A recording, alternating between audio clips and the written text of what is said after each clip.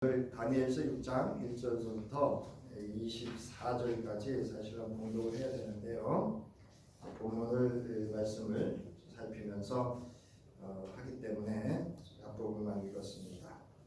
자, 금주도 사순절 전리를 지키면서 구약 성경의 선지서에 있는 기도 중에 있어서 다니엘의 기도에 대해서 오늘 알아보면서 우리의 신앙과 삶에 또 나의 신앙과 삶을 성찰해보고 돌아보면서 또 나의 신앙과 삶을 세워갈 수 있는 그런 말씀으로 함께 나눌 수 있기를 바라겠습니다. 이 다니엘서의 배경은 구약 성경에 있어서 대선지서, 또 선지라는 말과 예언이라는 말이 같은데요. 요즘 예언서라는 말을 많이 사용합니다. 그 구약의 대예언서 중에 그 내용이 짧은 내용입니다. 그 내용이 좀 짧은데 또 많은 연구를 하고 또 이것이 우리 신약에 있어서는 계시록에 많이 인용이 되고 또 적용이 되는 그러한 바로 이 예언서, 선지서가 다니엘서라고 할 수가 있습니다. 다니엘서에서는 이 표면적으로는 이 바벨론으로 유배된 유다 귀족에 대한 있어서 다니엘의 활동과 환상을 다니엘이 이제 본 미래에 일어날 일들에 대한 하나님이 보여주신 환상에 대한 것을 기록하고 있는 것이 이 다니엘서의 구조의 다니엘서입니다. 그래서 다니엘서는 이 두 부분으로 나눌 수가 있는데요. 1장부터 6장까지는 다니엘이 이 바벨론 궁정에서, 그리고 이제 오늘 본문 6장은 정권이 바뀝니다. 이제 이 바벨론이 바사라고 하는 제국에게 점령을 당하고 왕이 바뀌었어요. 그래서 이 통치자가 바뀐 그 기간에 왕궁에서 있었던 다니엘에 관한 일들을 기록하고 있고, 이제 7장부터 12장에는 4개의 묵시적 환상을 담고 있으면서 이 묵시적 환상은 앞으로 이스라엘, 즉 유다와 이스라엘에게 일어날 일들을 예언을 하고 보여주고 있는 내용입니다. 따라서 이 환상을 통해서 이 선지자가 하고자 하는 이 이야기는 장차 이러한 일들이 있을 때에 그럼에도 불구하고 그 상황에서 어떤 상황이든 간에 하나님이 너희를 지키시고 보호하시고 구원하실 그때를 기다리며 그 모든 것들을 오랜 참음으로 인내하고 이겨낼 것을 권면하고 있는 그런 내용으로 담고 있습니다. 그래서 이 유다는 바벨론에 의해서 멸망을 한 후에 이 바벨론의 70여 년간의 통치와 함께 포로의 삶을 살게 됩니다. 자, 그리고 이제 다니엘과 이 본문의 배경을 보면 다니엘은 남유다 왕국의 귀족의 자손으로서 이 BC 605년 바벨론 왕 느부갓네살, 오늘 이제 다니엘서 1장에 보면 나오는 왕입니다.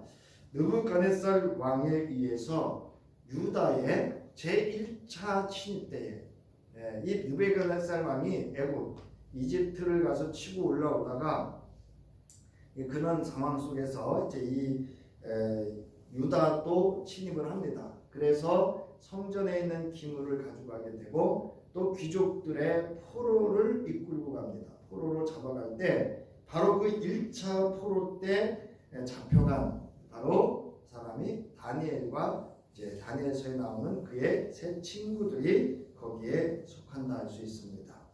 자, 다니엘은 그 당시에 약 15세 정도로 보고 있습니다.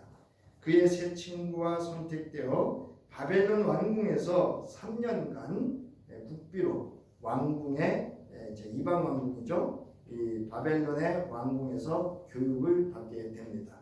그래서 여러분들이 잘 알고 있는 이 다니엘과 그의 세 친구가 정결 음식에 관한 율법에 관한 것을 지키기 위해서 그들을 지도하고 있는 지도자에게 부탁을 하게 되고 이렇게 우리가 시험의 기간을 거쳐서 그들이 식물을 먹고 삶에도 건강한 것을 보고 이제 이들이 율법을 지킬 수 있도록 그렇게 지혜롭게 했던 것들을 1장에서 기록을 하고 있습니다. 자, 하나님께서 다니엘에게 큰 지혜와 꿈을 해몽하는 그러한 능력을 주셨고, 이 지혜로 다니엘은 그의 세 친구와 바벨론의 관리로 등용이 되어서 왕의 신임을 아주 전적으로 받게 됩니다. 이후 다니엘은 아수르 제국을 무너뜨린 바벨론 제국과 바벨론 제국을 무너뜨린 이 바사 제국에서 고위 관리를 지내면서 선지자, 예언자로서의 활동을 합니다.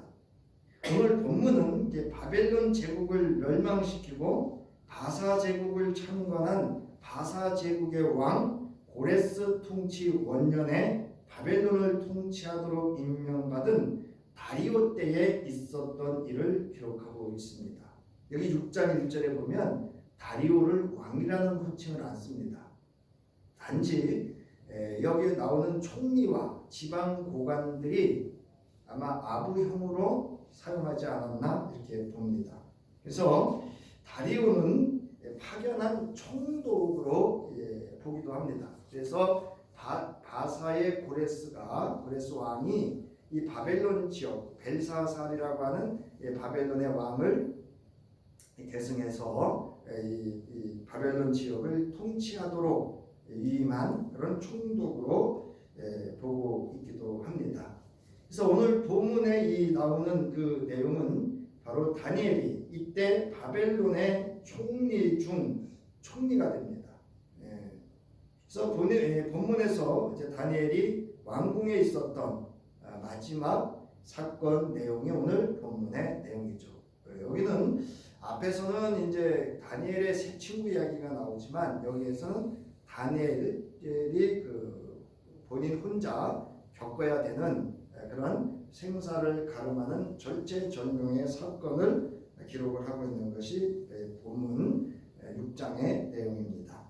자, 다니엘이 바벨론 포로로 잡혀간 후에 바사에 의해 바벨론이 멸망하고 다리수스에 의해 총리가 된 후에 일어난 일이 오늘 본문의 내용입니다. 그래서 오늘 본문에 있는 우리 성서에 기록된 내용을 살펴보면 이 다리우스, 우리 개역 개정에는 다리오 이렇게 나와 있는데요. 새 번역에는 다리우스로 이렇게 번역이 됐습니다. 자기의 뜻대로 나라 안에 지방장관 120명을 세웠습니다. 이 바사의 고레스 왕은 선민 정치를 하는데 각국에 이제 강압을 하지 않습니다. 그래서 각국의 종교 활동을 할 수 있게 해주고 포로로 잡혀간 이들을 귀환시키는 일을 이렇게 합니다. 그래서 이 유대의 그 선지자들은 이를 기름 부음 받은 자다. 하나님께서 유다 백성을 위한 하나님께서 세우신 존재로 이렇게 선지서에서 말하기도 합니다. 자, 그 120 지방 장관과 또 이 120 지방 장관을 통치하는 총리자를 세우고 그 총리자를 또 통치할 수 있는 그런 총리자로 바로 다니엘을 세우게 됩니다. 자, 그런데 다니엘은 여기 오늘 본문에도 나와 있지만 그는 3절에 보면 다니엘은 마음이 민첩하여 총리들과 고관들 위에 뛰어났으므로 왕이 그를 세워 전국을 다스리게 하려고 했다는 거죠. 그러니까 총독 아래 감독을 세우려고 했던 것으로 이렇게 볼 수가 있습니다. 자, 그래서 이를 알게 된 다른 총리와 지방 장관들이 다니엘이 나라 일을 잘못 처리한 것을 찾아내려고 합니다. 그러나 그들은 그에게서 아무런 실책이나 허물을 발견하지 못합니다. 오늘날로 말하면 부정부패가 없었던 거예요. 우리 4절에도 보면 이에 총리들과 고관들이 국사에 대하여 다니엘을 고발할 근거를 찾고자 하였으나 아무 근거 아무 허물도 찾지 못하였으니 이는 그가 충성되어 아무 그릇됨도 없고 아무 허물도 없었다. 오늘 이 땅에 필요한 지도자가 아닌가 싶습니다. 오늘 이 땅의 지도자들은 너무 허물도 많고요. 그릇됨도 많고. 그럼에도 불구하고 충성하고 있는 우리 백성들에게는 참 우리 백성들이 큰 위로를 받아야 되지 않나 싶습니다. 아무튼 자, 다니엘이 임무에 충실하여 아무 실책이나 허물이 없었기 때문에 그래서 그들은 서로 말을 합니다. 이제 우리가 말하는 음모를 꾸밀 계획을 하는 거죠. 다니엘이라는 자는 그가 믿는 신의 법을 문제 삼지 않고는 고발할 근거를 찾을 수 없다. 그리하여 총리들과 방백들은 왕에게로 나가서 말합니다. 다리우스 임금님, 다리우스 왕이요 라는 호칭을 써요. 왕이라는 호칭을 쓰죠. 만수, 여러분 왕이라고 하는 건 그 당시에 곧 신과 같은 그런 위치에 있었기 때문에 그의 결정은, 선택과 결정은 곧 법이기도 하였습니다. 또 법이기도 하고 신의 말과 같은 그런 영향력을 끼치고 있었던 때이기도 합니다.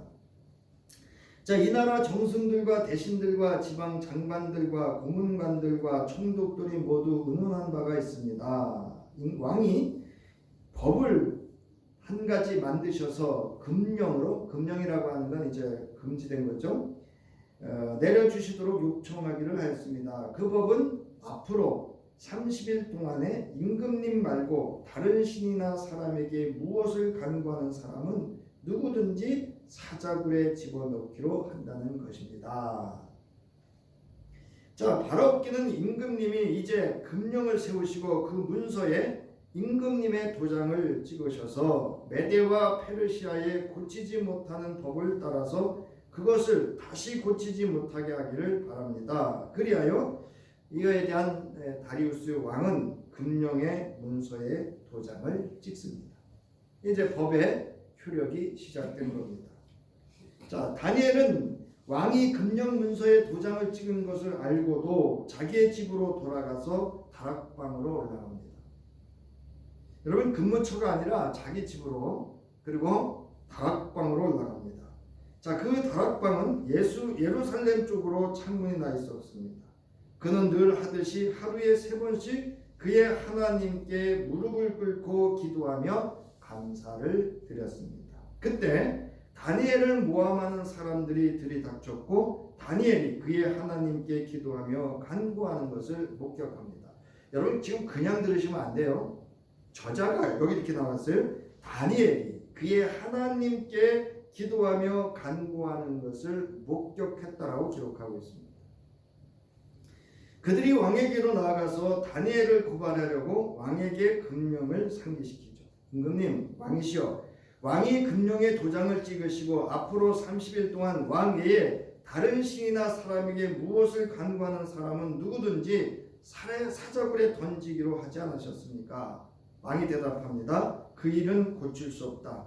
그것은 메대와 페르시아의 법을 따라 확정된 것이다. 여기에 메대가 나오는가 하면 이 다리우스 왕이 메대 사람이면서 이 메대 지역과 이 바벨론 지역, 이 지역을 통치하는 그런 사람이기 때문에 그렇습니다. 자, 페르시아라고 하는 것은 고레스, 바사왕 고레스를 어기는 게 되기 때문에 이거는 다리우스가 도장 찍었지만 이제 고레스 왕에게까지 영향을 주는, 또 영향을 받는 법이기 때문에 이 다리우스 왕 혼자 임의로 할 수 있는 것이 아닙니다. 그들이 왕에게 아뢰니다. 임금님, 유다에서 잡혀온 다니엘이 임금님을 무시하고 또 임금님의 도장이 찍힌 금령을 무시하여 하루에 3번씩 기도를 드리고 있습니다. 여러분 잘 보세요. 무시라는 단어를 씁니다. 아주 되게 감정을 표출하는, 그리고 감정을 자극하는 그런 내용입니다. 왕은 이 고발을 듣고 몹시 괴로워하고 다니엘을 구원하려고 마음을 쓰며 해가 질 때까지 온갖 노력을 다합니다. 그때에 이 사람들이 왕에게 다가와서 말합니다. 왕이시여, 메대와 페르시아의 법은 왕이 한번 금령이나 법률을 세우시면 그것을 바꿀 수 없다는 사실을 기억하시기 바랍니다. 그래서 왕이 명령을 내리니 그들이 다니엘을 끌어다가 사자굴에 넣었다는 내용입니다. 자, 그럼 우리가 본문을 통해서 우리의 신앙과 삶에 적용해 보기로 하겠습니다. 자, 다니엘은 지금까지 그의 인생과 삶이 포로라고 하는 자기의 주권과 나라의 국권도 상실이 됐고요. 자기의 주권도 상실이 됐어요. 자기의 신앙마저도 통제당할 수밖에 없는 그런 상황 속에서도 그는 모든 일이 잘 되어지는 그 비밀이 있었다는 거예요. 다니엘은 하나님께서 지혜와 꿈을 해석하는 능력을 그에게 주었다. 다니엘서 1장에 보면 기록을 하고 있습니다. 바벨론 제국의 왕 느부갓네살이 왕위에 오른 지 2년이 되던 해에 이 왕이 꿈을 꿉니다. 근데 이 꿈을 꾸고서 마음이 답답하고 잠을 이루지 못했어요. 제가 며칠 전에 꿈을 꿨는데 제가 정말 꿈을 안 꾸거든요. 정말 안 꿔요.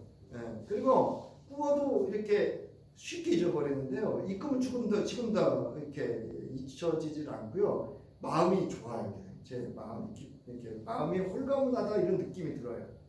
이건 제 느낌이에요. 근데 지금 이 느부갓네살 왕은 이 꿈을 꾸고 마음이 답답하고 무거운 거예요. 자, 그래서 자신의 꾼 꿈을 알아내려고 그것을 해몽하려고 마술사, 주술과 점쟁이, 점성가들을 불러들여요. 그러니까 이 바벨론의 모든 지혜자라고 하는 이들을 다 불러들이는 거예요. 그래서 이 꿈을 해몽하기를 명령하였지만 그 누구도 이와 같은 일을 지금까지 자기들은 들어본 적이 없다고 하면서 왕의 꿈을 해몽할 수 없다고 말합니다.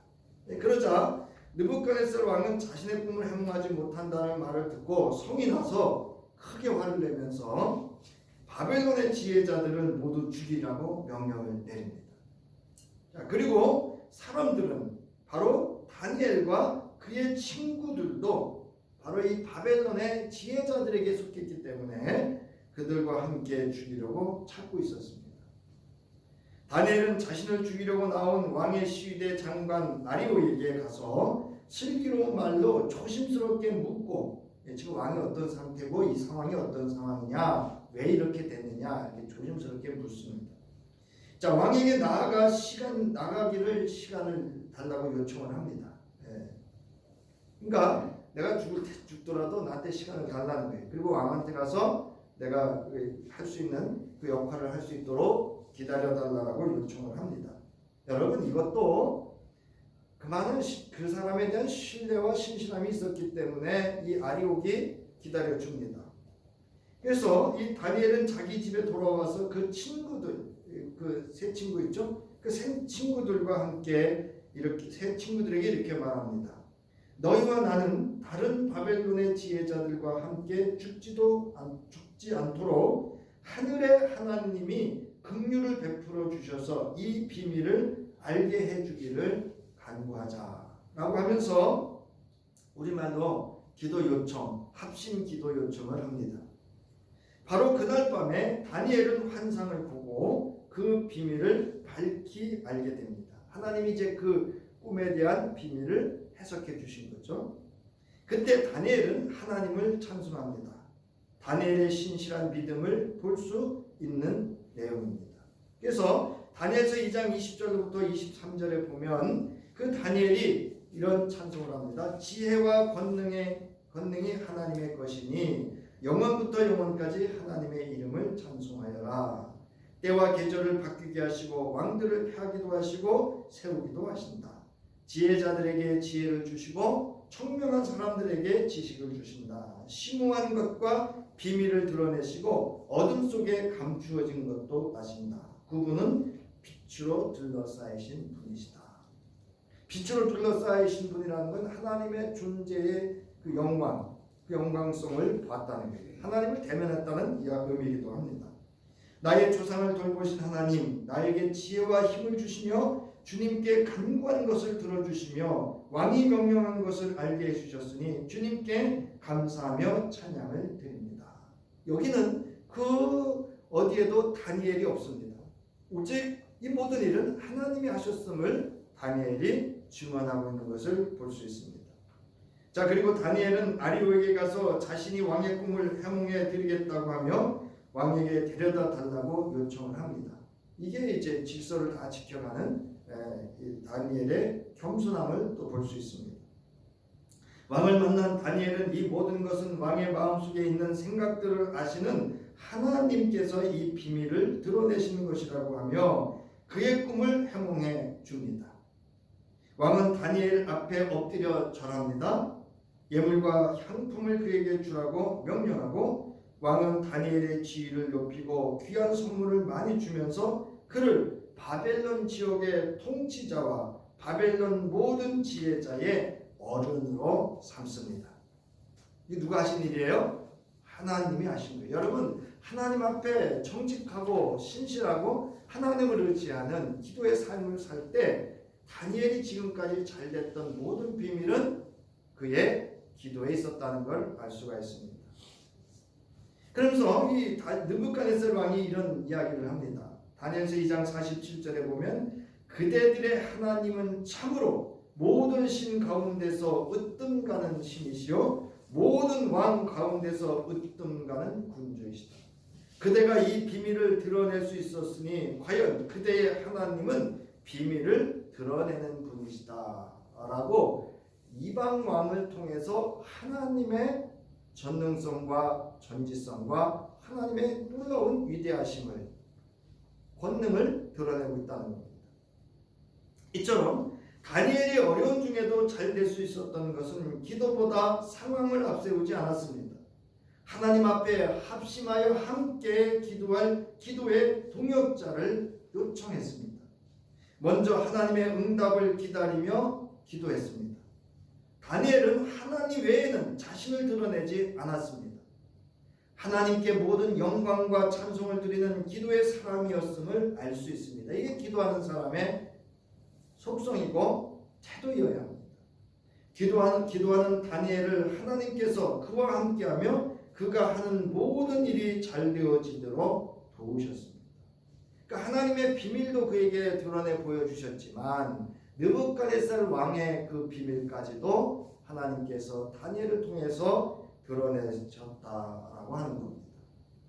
오늘 본문에서도 제국이 바뀌고 통치하는 왕이 바뀌었어도 하나님께서는 다니엘이 잘 되어지도록 돕고 인도하심을 알 수 있습니다.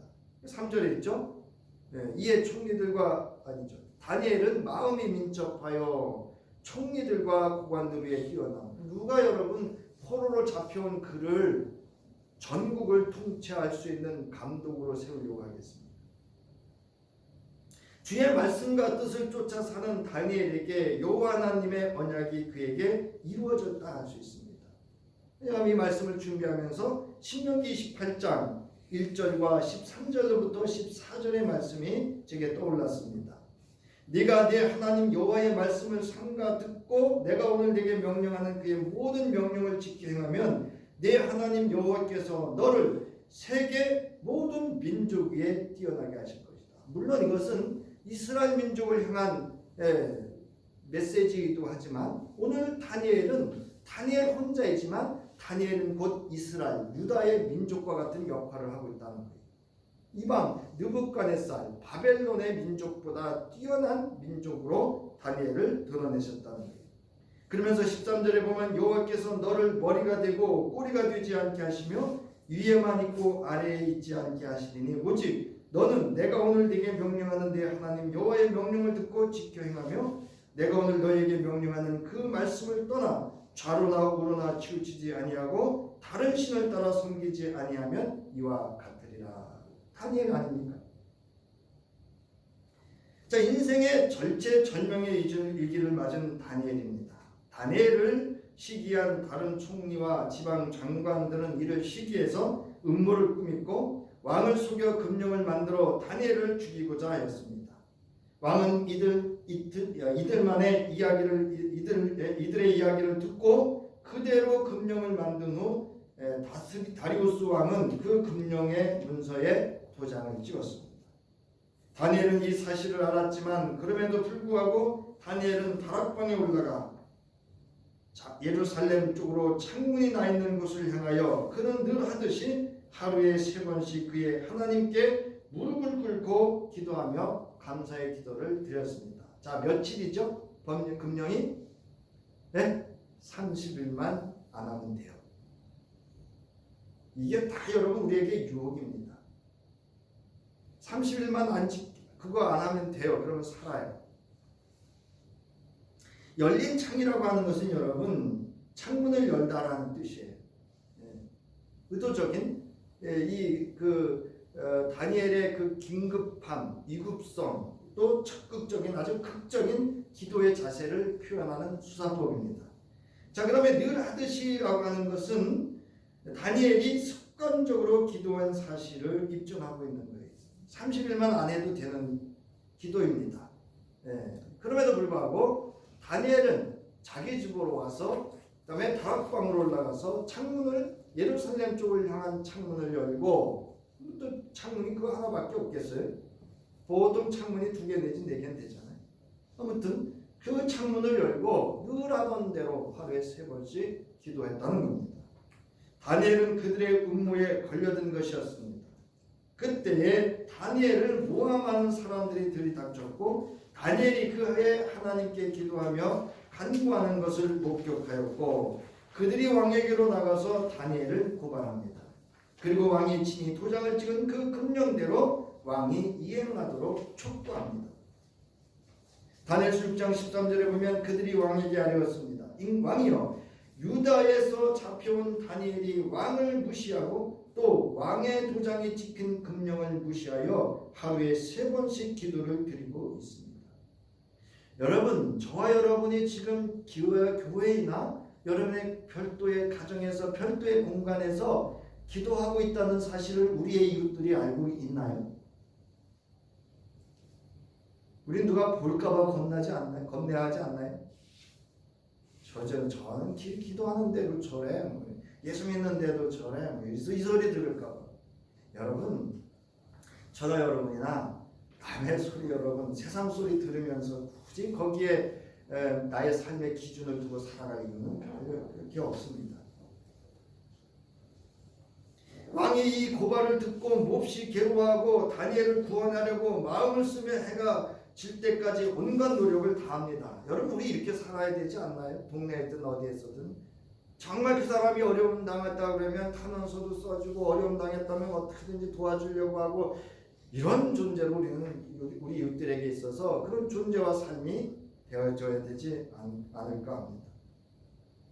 왕이 스스로 한 명령을 어길 수 없습니다. 그들에게 다니엘을 내어주었고 그들은 이때다 싶어 다니엘을 끌어다가 사제굴에 던져 넣습니다. 여러분, 이 사제굴의 상황이 어떤 상황인가 하면요, 24절 보세요. 여러분, 성서 6장 24절을 보면 다니엘서 왕이 말하여 다니엘을 참수한 사람들을 끌어오게 하고 그들을 그들의 처자들과 함께 사제굴에 던져 넣게 하였더니 그들이 굴 바닥에 닿기도 전에 사자들이 곧 그들을 움켜서 어떻게 했어요? 그 뼈까지도 부서뜨렸다라고 하는 며칠을 굶겨서 그냥 먹을 것만 던져라.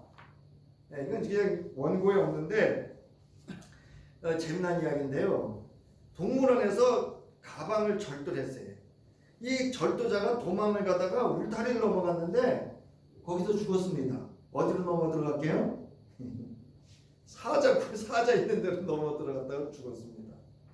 여러분, 그 동물원에서 잘 먹는 사자도 사람이 들어오면 덤벼드는데 지금 며칠째 이렇게 참수하는 자들이 땅에 닿기도 전에 그들을 먹어치웠던 그 사자굴에 던져지는 상황이 지금 상황입니다. 다니엘의 절체절명이죠. 다니엘의 운명은 이제 굴 속의 사자에게 정하여졌습니다. 그것은 즉시 죽음이었습니다. 다니엘은 이 과정에서 왕에게 변명도 그들에게 정하지도 않고 모든 것을 맡깁니다. 사자굴에 던져지는 순간까지 다니엘은 뭐합니까? 침묵하고 있다는 거예요. 여러분, 이게 믿음이에요. 요즘 얼마나 말이 많습니까? 변명도 많고요. 다니엘이 이 모든 상황에서도 침묵할 수 있었고 변명하지 않았고 저항하지 않고 도망가지 않았던 것은 그의 믿음을 볼 수 있습니다. 그의 믿음은 제2 이사야라고 하는 이사야서 40에서 55장을 보면 바벨론 포로기를 배경으로 하고 있습니다. 이사야서의 40장에서 55장은 이 바벨론 포로에 대한 메시지입니다. 여기서 낙심하고 절망한 유다 백성에게 하나님의 뜻이 전해져요. 유다 백성들이 이렇게 생각하는 거예요. 우리가 이렇게 성전이 짓밟히고 성전에 있던 기물들이 바벨론에 와서 술잔이 되고요. 그냥 온갖 모욕과 그 모든 것들을 경험하면서 하나님이 우리를 버리셨구나. 하나님이 저 이방 느부갓네살이 섬기는 그 이방 왕에게 졌구나. 예, 우리는 패배자구나. 우리는 이제 소망이 없구나. 이런 낙심과 절망 중에 이사야서 40장에서 55장에서 바로 이 포로에 있는 유다인들에게 메시지가 전해집니다. 다니엘은 이 여호와의 말씀을 신뢰하고 있었기 때문에 이 모든 상황에서도 그는 침묵할 수 있었던 겁니다. 이사야서 41장 8절부터 여러분 11절에 특히 여러분 보세요. 나의 종도 이스라엘아, 내가 선택한 야곱아, 나의 친구 아브라함의 자손아. 뭐예요? 언약을 기억하시는 하나님이에요. 내가 땅 끝에서부터 너를 데리고 왔으며 세상의 가장 먼 곳으로부터 너를 불러냈다. 그리고 내가 너에게 말하였다. 내가 너를 선택하였고 버리지 않겠다. 무슨 얘기인지 아시겠죠? 이스라엘 백성들은 자기들이 하나님한테 선택받지 못했고 버림받았다 생각하고 있는 그런 상황이었습니다. 내가 너와 함께 있으니 두려워하지 말아라. 내가 너의 하나님이니 떨지 말아라. 내가 너를 강하게 하겠다. 내가 너를 도와주고 내 승리의 오른팔로 너를 붙들어 주겠다. 너에게 화를 낸 모든 자들이 수치를 당하며 당황할 것이다. 너와 다투는 자들이 아무것도 아닌 자들처럼 되어서 멸망할 것이라고 하는 이 말씀을 다니엘은 붙잡고 있었다는 것을 알 수 있습니다. 여러분, 절체절명의 상황 속에서도 우리가 사는 길은 하나님의 말씀뿐임을 믿으시기 바랍니다. 이게 신앙이에요, 여러분. 저도 지금까지 어려운 상황에서 저를 이렇게 버틸 수 있었고 이겨낼 수 있었고 오늘까지 오게 한 데는 여러분 기도하는 중에 주셨던 하나님의 말씀이었다는 겁니다. 저도요 온갖 불명 어떤 왜곡된 정보 이런 것들로 상처 많이 받았죠. 억울함도 경험했고요. 자기가 잘못된 거 홀라당 상대방에게 뒤집어 씌워가지고 그게 여러분 소문의 소문으로 전해지다 보면은요 걷잡을 수 없게 됩니다. 사랑하는 성도 여러분, 절체절명의 순간이 올지라도 하나님의 말씀을 붙잡을 수 있는 저와 여러분 될 수 있기를 바랍니다. 하나님의 구원을 경험한 기도의 산증인 다니엘입니다. 본서의 저자는 자신이 하고 싶은 신앙 고백을 이방의 왕의 입을 통하여 하나님의 권능과 구원하심을 입증하고자 합니다. 이처럼 다니엘은 왕도 인정하고 존중하게 여기는 하나님을 드러내는 하나님의 사람이었음을 보여주고 있습니다. 사랑하는 성도 여러분, 믿음이라고 하는 건 나를 드러내는 게 아니에요. 하나님을 드러내는 거예요. 다니엘서 6장 16절 왕이 다니엘에게 말하였습니다. 그대가 늘 섬기는 그대의 하나님이 그대를 구하여 주기를 바라오. 20절 그 굴 가까이에 이르러서 왕은 슬픈 목소리로 외치며 다니엘에게 말하였습니다. 살아계신 하나님의 종, 하나님은 살아계신 줄 믿으시기 바랍니다. 다니엘은 들으시오. 그대가 늘 섬기는 그대의 하나님이 그들을 사자들로부터 구해 주셨소 하고 묻습니다. 다니엘이 이렇게 할 수 있었던 것은 왕이 부름에 응답하는 데서 명백하게 여호와를 신뢰하는 그의 신앙 고백을 또 그의 신앙을 들을 수 있고 볼 수 있습니다. 그 이유에 대해서 다니엘서의 저자는 23절에서 명확하게 증언하고 있습니다. 다니엘이 왕에게 아뢰니다. 임금님의 만수무강을 빕니다. 나의 하나님이 천사를 보내셔서 사자들의 입을 막으셨으므로 사자들이 나를 해치지 못하였습니다. 그것은 하나님 앞에서 나에게는 죄가 없다는 사실이 드러났기 때문입니다. 임금님, 나는 임금님께도 죄를 짓지 않았습니다. 여러분, 하나님께도 죄를 짓지 않았고 임금에게도 죄를 짓지 않았어요. 그러면서 6장 23절 보세요. 사람들이 왕의 명령을 따라 다니엘을 굴에서 끌어올립니다. 그가 자기 하나님을 신뢰하였기 때문에 그에게서는 아무런 상처도 찾아볼 수 없었다. 할렐루야. 다니엘이 이렇게 사자굴 속에 던져지는 전체 절명의 위기를 맞이하는 가운데서도 하나님의 구원과 보호하심과 인도하심을 경험할 수 있었던 것은 그가 여호와의 말씀을 지켜 행하는 것은 물론 하나님을 향하여 하루 3번씩 정하여 늘 하는 기도가 있었기 때문입니다. 기도하는 사람을 기억하시는 하나님의 크신 은혜인 줄 믿으시기 바랍니다. 제가 말씀드리잖아요. 여러분 기도 걸으면서도 기도하시고 설거지 하시면서도 기도하시고 부부싸움 하시면서도 기도하시고 식사하실 때도 기도하시고 주무시기 전에 일어날 때도 늘 기도하시기 바랍니다. 여러분 부부싸움 할 때도 기도하면서 싸우세요. 이기게 달라고. 여러분 찬송가 361장 1절 보세요. 기도하는 이 시간 주께 무릎 꿇고 우리 구세주 앞에 다 나아가네. 여러분 이게 모두가 아니고요. 나에 있는 모든 것들 다 내려놓는다는 거예요. 믿음으로 나가면 주가 보살피사 크신 은혜를 주네. 거기 기쁨이 있네. 기도 시간에 복을 주시네. 고난 내 마음속에 기쁨 충만하네라고 찬송가 가사는 자신이 경험한 하나님을 기록하고 있는 거예요. 여러분 기도하는 사람이 이 찬송가 부를 수 있어요. 그리고 기도하는 사람이 이 찬송가 부를 때 은혜가 됩니다. 다니엘처럼 하나님을 잘 믿고 진실하고 성실한 기도의 사람에게도 모든 일이 잘 되어질 때에 이를 시기하고 질투하고 세상의 제도와 어떤 금령을 세워 모함할지라도 하나님의 때가 되면 그가 섬기는 하나님께서 그를 드러내어 존귀하게 하고 이 모든 일을 이루어주신 하나님의 영광을 드러나게 하시는 것을 믿으시기 바랍니다. 여러분 우리가 믿음으로 살면 하나님이 일하시고요. 하나님이 행하시고 성취하시고 하나님이 영광 받으시게 되어 있습니다. 예레미야 33장 2절로부터 3절 이를 행하는 여호와 그것을 지어 성취하는 여호와 그 이름을 여호와라는 자가 이같이 이르노라. 우리 함께 읽겠습니다. 시작. 너는 내게 부르짖으라 내가 내게 응답하겠고 내가 알지 못하는 크고 비밀한 일을 내게 보이리라. 그 기도하는 사람만이 하나님의 크고 놀라운 비밀을 볼 수 있는 거예요. 우리는 다니엘처럼 말씀에 깨어있고 시험에 들지 않도록 늘 하는 기도로 하나님의 구원을 경험한 기도의 산증인이었던 다니엘을 본받을 수 있어야 합니다. 이제 나가는 말입니다. 두 가지 성서의 기도에 관한 예를 들고 설교를 마치려 합니다. 여호수아의 경우입니다. 여호수아서 9장 14절부터 15절에 보면 여호수아가 이제 요단강을 건너 가나안 땅을 진격해 가면서 여러분 놀라운 일이 있잖아요. 여리고성이 점령되고 아이성이 이렇게 쭉 이제 하나님이 하시는 모든 일들이 이제 소문이 날 거 아니에요. 그 소문이 나는 가운데 이제 이 그 기브온이라고 하는 이 주민들이 이 타국에서 온 사람처럼 옷도 허름하게 입고 빵도 막 곰팡이 핀 빵을 들고 이 여호수아를 찾아옵니다. 그러면서 이제 화친할 것을 요청을 해요. 그러면서 이 여호수아는 이때 기도하지 않고요. 이 기본 주민들하고 화친을 합니다. 그리고 동맹을 맺어요. 근데 이 기본 족속은 어떤 족속이냐? 기본 주민은 어디 족속이냐면 히위 족속이에요.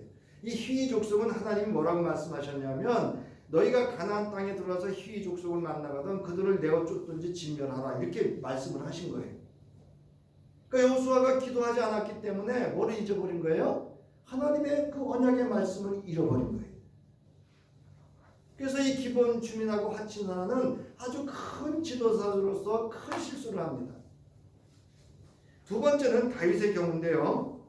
그래서 이제 이 여호수아는 결국 기본 이 주민들을 종으로 삼아요.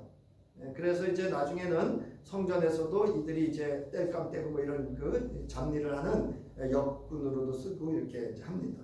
아무튼 이거는 여호수아가 하나님께 기도 묻지 않고 했던 큰 지도자의 실수였습니다. 두 번째는 다윗의 경우입니다. 다윗은 사무엘상 23장 1절부터 5절에 보면 블레셋 사람들이 그일라라는 지역에 들어가서 타작마당을 탈취했고 했다는 사람들의 말을 듣습니다. 그리고 이제 다윗이 이 일을 듣고 사람들의 말을 듣고 여호와께 묻습니다. 그래서 여호와께서 내가 가서 이 블레셋 사람들을 치리까 물으니까 이 여호와께서 다윗에게 가서 블레셋 사람들을 치고 그일라로 구원하라 이렇게 말씀을 하셔요. 그래서 다윗이 이제 자 일어나서 이제 우리 그 일나로 가서 블레셋 족속을 치자. 여러분 근데 이 블레셋 족속은요 아주 강한 민족이에요. 강한 민족. 아마도 이 당시에 천리 문화를 갖고 있지 않았나요? 아주 이 강한 민족이었습니다. 강한 족속이었어요. 그렇기 때문에 천리 문화는 안 같고 아무튼 아주 강한 족속이었기 때문에 이 다윗과 그 일행들이 가서 싸워서 이길 수 없는 민족이에요. 갔다가는 창피하고 올 수밖에 없는 상황이에요. 그래서 이제 이 이야기를 들은 사람들이 이야기를 합니다. 합리적인 이야기를 해요. 가면은 블레셋과 싸우면 질 것이고 패배할 것이고 우리가 그 일날을 위해서 왜 싸워주냐 그런 이야기를 해요. 아주 합리적이고 합당한 이야기를 합니다. 그때 다윗이 그 사람들의 말을 듣지 않고요. 다시 하나님께 가서 묻습니다. 여호와여 어떻게 할까요? 그러자 하나님께서 똑같이 네가 올라가서 블레셋을 치고 그 일날을 구원해줘라 말씀하십니다. 이거는 사람들의 생각과 또 사람들의 판단으로는 지는 전쟁이에요. 그러나 다윗이 그들과 함께 올라가서 블레셋을 물리치고 그 일날 주민을 구원해 줍니다. 누구의 승리죠?